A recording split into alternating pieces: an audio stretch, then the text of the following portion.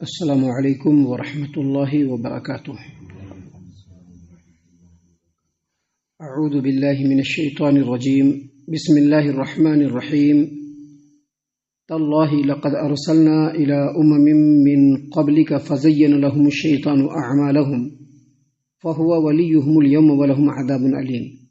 وما انزلنا علیک الکتاب الا لتبین لهم الذی اختلفوا فیہ وهدى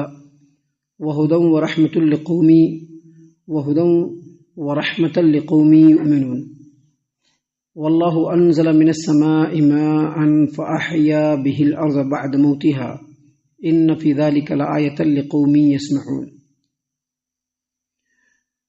اللہ کی قسم، ہم نے آپ سے پہلے بہت ساری امتوں کی طرف رسول بھیج چکے ہیں، تو ہمیشہ یہی ہوتا رہا ہے کہ شیطان ان کے کرتوت مزین کر کے ان کو دکھاتا رہا، اور آج بھی شیطان ہی ان کفار مکہ کا سرپرست بنا ہوا ہے، اور انہیں دردناک عذاب ہوگا۔ اے محمد صلی اللہ علیہ وسلم، ہم نے آپ پر یہ کتاب صرف اس لیے نازل کی کہ جن باتوں میں یہ لوگ اختلاف کر رہے ہیں ان کے بارے میں ان پر حقیقت واضح کر دیں۔ نیز یہ کتاب ایمان لانے والوں کے لیے ہدایت اور رحمت بھی ہے، اور اللہ ہی نے آسمان سے پانی برسایا جس سے زمین کو اس کے مردہ ہونے کے بعد زندہ کیا۔ اس میں بھی ان لوگوں کے لیے نشانی ہے جو غور سے سنتے ہیں۔ محترم سامعین کرام، سورۃ النحل سورہ نمبر 16، اور اسی سورت سے بھی آپ کے سامنے آیت نمبر 63، 64 اور 65، یہ تین آیات ابھی آپ کے سامنے تلاوت کی گئی، اور الحمدللہ بفضل اللہ باذن اللہ بتوفیق اللہ تینوں آیتوں کا ترجمہ بھی ہم نے آپ کی خدمت میں پیش کیا۔ سامعین کرام، اللہ تبارک و تعالیٰ نے پیارے رسول صلی اللہ علیہ وسلم کو مکہ والوں کے درمیان تمام دنیا کے لیے، تمام انسانیت کے لیے رسول بنا کر کے بھیجا۔ جب آپ صلی اللہ علیہ وسلم مکہ کے اندر رسول بنا کر کے بھیجے گئے، اس وقت مکہ کے سرداروں کے حالات بہت ہی بہتر، ہر اعتبار سے سکھی سمپن، بہترین کاروبار، بڑی کھیتی باڑی، بہت سارے جانور، اور مکہ کی اور سرداری اور کعبۃ اللہ کے متولی، اس اعتبار سے بہت خوش تھے۔ نبی اکرم صلی اللہ علیہ وسلم رسول بن کر کے آئے، نبی بن کر کے آئے، اللہ کے کلام کو، اللہ کے احکام کو ان کے درمیان پیش کرنا شروع کیا، تو ان لوگوں نے اس کی مخالفت شروع کر دی۔ مخالفت اس قدر بڑھی کہ مسلمانوں کے اوپر ظلم و ستم ہونے لگا، اسلام کے خلاف پروپیگنڈا ہونے لگا، اور نبی صلی اللہ علیہ وسلم کی رسالت کو اور آپ کی باتوں کو ہر اعتبار سے جھٹلانا شروع کر دیا، جارحیت شروع کر دی۔ اللہ تبارک و تعالیٰ نے یہاں پر بیان فرمایا کہ تاللہ لقد ارسلنا الی من قبلک فزین لهم الشیطان اعمالهم، یعنی اللہ کی قسم، اللہ فرما رہا ہے، مکہ والوں کو مخاطب ہے، اللہ تبارک و تعالیٰ مکہ والوں کو مخاطب کر کے فرما رہا ہے کہ اللہ کی قسم،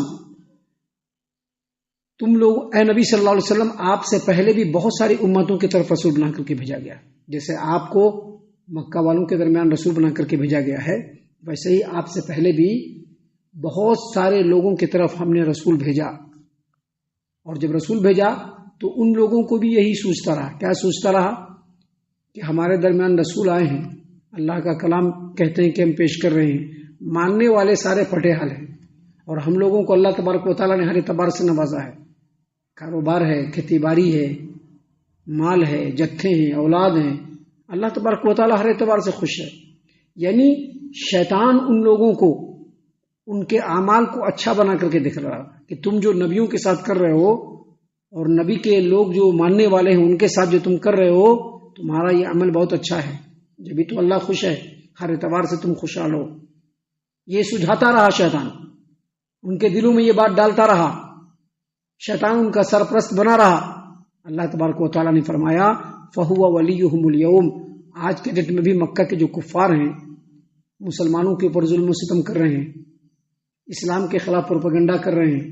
باہر سے آنے والے لوگوں کو اسلام کے خلاف بھڑکا رہے ہیں، نبی صلی اللہ علیہ وسلم کو ہر اعتبار سے جھٹلا رہے ہیں، نبی کی دعوت کے خلاف جارحیت والا عمل کر رہے ہیں، اور چونکہ خوشحال ہیں تو شیطان ان کے دلوں میں بھی یہ بات ڈال دیا ہے، ان کے دلوں میں بھی یہ بات ڈال دیا ہے کہ تم لوگ بہت اچھا کام کر رہے ہو۔ لیکن ان کو سمجھ لینا چاہیے کہ پچھلی امتوں کا جو کام ہوا، ان کے ساتھ جو حالات ہوئے، ان کے اوپر جو اللہ کی طرف سے عذاب آیا، مکہ والوں کے اوپر بھی یہی ہونے والا ہے، ان کو بھی یہ بات سمجھ لینا چاہیے۔ گویا یہاں پر اللہ تبارک و تعالیٰ نے ڈائریکٹ وے میں مکہ والوں کو یہ وارننگ دے دیا کہ فَلَهُمْ عَذَابٌ علیم، ان کے لیے دردناک عذاب ہوگا۔ مطلب جیسا عذاب اس سے پہلے کی امتوں کے اوپر رسولوں کو جھٹلانے کی وجہ سے، اللہ کی بات کو جھٹلانے کی وجہ سے جو کچھ ان کے ساتھ ہوا، مکہ والوں کے ساتھ بھی وہی ہونے والا ہے، اور قیامت کے دن ان لوگوں کے لیے دردناک عذاب ہوگا۔ گویا یہاں پر اللہ تبارک و تعالیٰ نے مکہ والوں کو بھی بیان کر دیا، اور بعد کے ادوار کے ہر آدمی کو اللہ تبارک و تعالیٰ نے فرما دیا کہ اگر رسولوں کی مخالفت ہوگی تو اس کا انجام سوائے تباہی و بربادی کے اور کچھ نہیں ہونے والا ہے۔ سامعین اکرام، اگلی آیت کریمہ بہت ہی اہم ہے معنی اور مفہوم کے اعتبار سے، جس پر ہم کو بھی اور تمام مسلمانوں کو غور و فکر کرنا چاہیے۔ دیکھیے اللہ تبارک و تعالیٰ نے فرمایا کہ وما انزلنا علیک الکتاب الا لتبین لهم الذی اختلفوا فیہ، ہم نے اے نبی صلی اللہ علیہ وسلم آپ پر جو یہ کتاب نازل کی ہے اس کی وجہ صرف یہی ہے کہ جن باتوں میں لوگ اختلاف کر رہے ہیں آپ اس کو لوگوں کے سامنے بیان کر دیجئے۔ آگے اللہ نے فرمایا وَهُدًى وَرَحْمَةً لِقَوْمٍ يُؤْمِنُونَ، یہ جو قرآن کریم ہے ایمان والوں کے لیے ہدایت بھی ہے اور رحمت بھی ہے۔ دیکھیے مکہ والوں نے بھی اسلام کے ساتھ اور نبی صلی اللہ علیہ وسلم کے ساتھ اور مسلمانوں کے ساتھ اختلاف کیا۔ مکہ والوں نے بھی اختلاف کیا۔ کیا اختلاف کیا؟ قرآن کہہ رہا ہے کہ صرف ایک معبود ہونا چاہیے، اب ہمارا اختلاف یہ ہے کہ معبود ایک نہیں بہت سارے ہونے چاہیے، ایک معبود سے بات بننے والی نہیں ہے۔ قرآن کہتا ہے اور نبی صلی اللہ علیہ وسلم فرماتے تھے اور فرما کے جا چکے ہیں، نبی کا فرمان آج بھی موجود ہے کہ قیامت قائم ہوگی۔ قرآن نے بھی یہی بات کہا۔ مکہ والوں نے اختلاف کیا اور کہا کہ نہیں، مرنے کے بعد مٹی میں سڑ گل جائیں گے، مرنے کے بعد جو ہے دوبارہ قیامت کا قائم ہونا یہ ایک موہوم چیز ہے، اس کے اوپر یقین نہیں کر سکتے ہیں۔ جبکہ قرآن نے اور نبی صلی اللہ علیہ وسلم نے بالجزم کہا اور یقین کے ساتھ کہا اور پوری تاکید کے ساتھ کہا کہ اس دنیا کی زندگی کے بعد قیامت قائم ہونے والی ہے۔ یہ اختلاف مکہ والوں نے اختلاف کیا کہ جن حلال چیزوں کو حرام کیا گیا اس کو کس نے حرام کیا، یا جو حرام چیزیں ہیں اس کو کس نے حلال کیا۔ اللہ تبارک و تعالیٰ نے یہاں پر بیان فرمایا کہ جو بھی اختلاف مکہ والے کر رہے ہیں، جو بھی یہ مشرکین اختلاف کر رہے ہیں، یہ کتاب اس لیے نازل کیا گیا ہے تاکہ جو بھی اختلاف والی بات ہے اس میں تمام چیزوں کو بالکل وضاحت کے ساتھ بیان کر دیجیے۔ اے نبی صلی اللہ علیہ وسلم، آپ کا کام یہ ہے کہ مکہ والوں کے درمیان اور مسلمانوں کے درمیان جو اختلاف ہے اس اختلاف کو آپ دو ٹوک انداز میں قرآن کریم کو حکم بنا کر کے لوگوں کے سامنے بیان کر دیجیے۔ آج بھی اختلاف ہے لوگوں کے درمیان، چھوڑیے مسلمانوں کے درمیان اختلاف ہے۔ جیسا اختلاف مکہ والوں نے کیا ویسا اختلاف بھی ہے، اس کے علاوہ دوسرے قسم کا بھی اختلاف بھی ہے۔ آج جب اختلاف کی بات آتی ہے تو لوگ اپنے اپنے پیروکاروں کو دیکھنا شروع کر دیتے ہیں۔ آج جب اختلاف کی بات آتی ہے تو لوگ اپنے اپنے علماء کو دیکھنا شروع کر دیتے ہیں۔ آج جب اختلاف کی بات آتی ہے تو لوگ اپنے اپنے قوم اور علاقے کو دیکھنا شروع کر دیتے ہیں۔ آج جب اختلاف کی بات آتی ہے تو لوگ اپنے خاندان کو دیکھنا شروع کر دیتے ہیں۔ یہاں پر قرآن کریم نے واضح کر دیا کہ آج بھی اختلاف جو ہے وہ ختم ہو سکتا ہے۔ یہ جو امت مسلمہ مختلف فرقوں میں بٹی ہوئی ہے متحد ہو سکتی ہے، شرط یہ ہے کہ جس وقت اس قرآن کریم کو اللہ تبارک و تعالیٰ نے حکم بنایا، آج بھی اس قرآن کریم کو حکم بنا لے۔ جو قرآن کریم سے ثابت ہے، جو اللہ کے رسول کی باتوں سے ثابت ہے، اگر آج بھی مسلمان اس کو مضبوط اور مستحکم فیصلہ کرنے والا اگر قرآن کو اور نبی کی تعلیمات کو بنا لے تو آج بھی اختلاف ختم ہو سکتا ہے۔ لیکن مسلمان ایسا کرنے کے لیے آج بھی ریڈی نہیں ہے۔ ہر آدمی اپنی جگہ پر دیکھیں، نہیں پتہ نہیں کیا کی بولنی، پتہ نہیں، ہاں تو قرآن کی تو بات ہے، حدیث کی بات، لیکن ہمارے ہاں بڑا بلّہ کے زمانے سے ایسے ہی ہو لے کے آ رہا ہے۔ بہت مختلف قسم کی باتیں لوگ بولتے ہیں، نہیں ہمارے امام صاحب ایسا بولتے ہیں، نہیں ہمارے عالم صاحب ایسا بولتے ہیں، نہیں ہم جس مسلک کے ماننے والے اس میں اس طرح کی باتیں نہیں ہیں۔ اگرچہ قرآن کی بات ہے، اگرچہ حدیث ہمیں مانتی، قرآن ہے حدیث ہے، لیکن ہمیں ویسا نہیں کر سکتی، نہیں کر سکتی، ہمیں ویسا ہم ویسا نہیں کر سکتے ہیں کیونکہ ہمارے ہاں بلّہ کے ٹائم سے ایسا چل لے کے آ رہا ہے، نہیں ہمارے امام صاحب ایسا بولتے ہی نہیں ہے، نہیں ہمارے مسلک میں ایسی بات ہے ہی نہیں ہے۔ جب مسلمانوں میں اس طرح کی بات ہوگی تو اتفاق کبھی نہیں آ سکتا ہے، نہیں آ سکتا ہے، نہیں آ سکتا ہے۔ گویا اس آیت کریمہ میں اللہ تبارک و تعالیٰ نے یہ بتلا دیا کہ اختلاف کا خاتمہ کیسے ہوگا۔ اگر کوئی بھی قوم کوئی بھی جماعت، کوئی بھی امت اگر چاہتی ہے کہ ان کے درمیان سے اختلاف ختم ہو تو ہر فرد کو اپنی جگہ پر رکھ کر کے یہ سوچنا چاہیے کہ ہم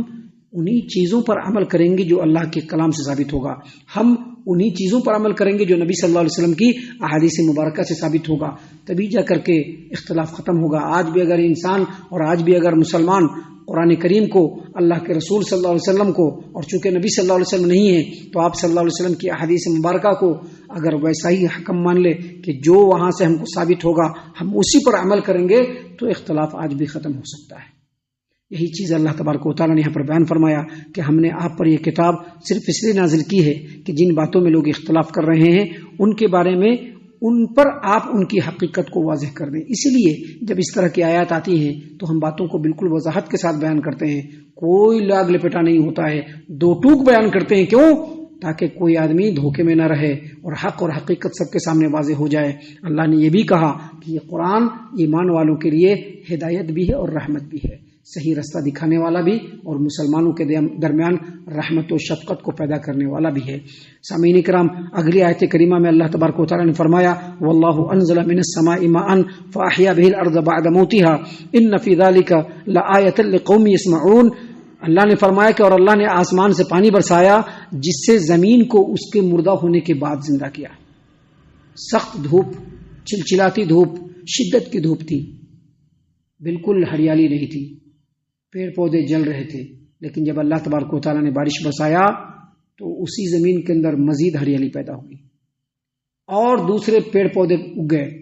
حشرات الارض اگ گئے، بہت سارے مینڈک پیدا ہو گئے۔ حالانکہ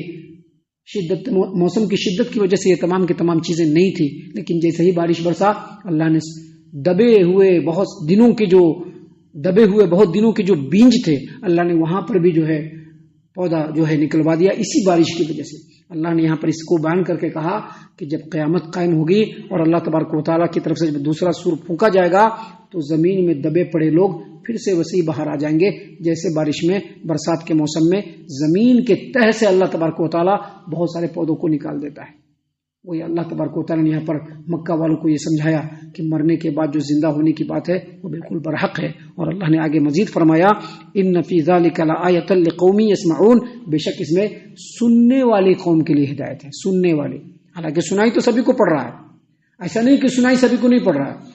لیکن سننے کا مطلب یہ کہ ماننے والی قوم کے لیے۔ ابھی بچہ ہمارا سامنے جو ہے بدماشی کرتا رہتا ہے تو ہم کیا کہتے ہیں؟ سن ہی نہیں رہا ہے۔ سن ہی رہے کا مطلب مان نہیں رہا ہے۔ سنتا تو سب ہے، سبھی کے کان میں بات پڑ رہی ہے، لیکن سننے والی قوم کا مطلب یہ ہے کہ سن کر کے دل کے اندر اس کو بسا کر کے اس پر عمل کرنے والی قوم کے لیے اس میں بڑی نشانیاں ہیں۔ ہم اللہ سے دعا کرتے ہیں کہ اللہ تعالی ہم تمام کو ان تمام باتوں کے اوپر خوب غور و فکر اور تدبر کرنے کے ساتھ ساتھ ان باتوں کے اوپر عمل کرنے کی بھی توفیق عطا فرمائے، آمین۔ اللہ تعالی تبارك الذي نزل الفرقان على عبده ليكون للعالمين نذيرا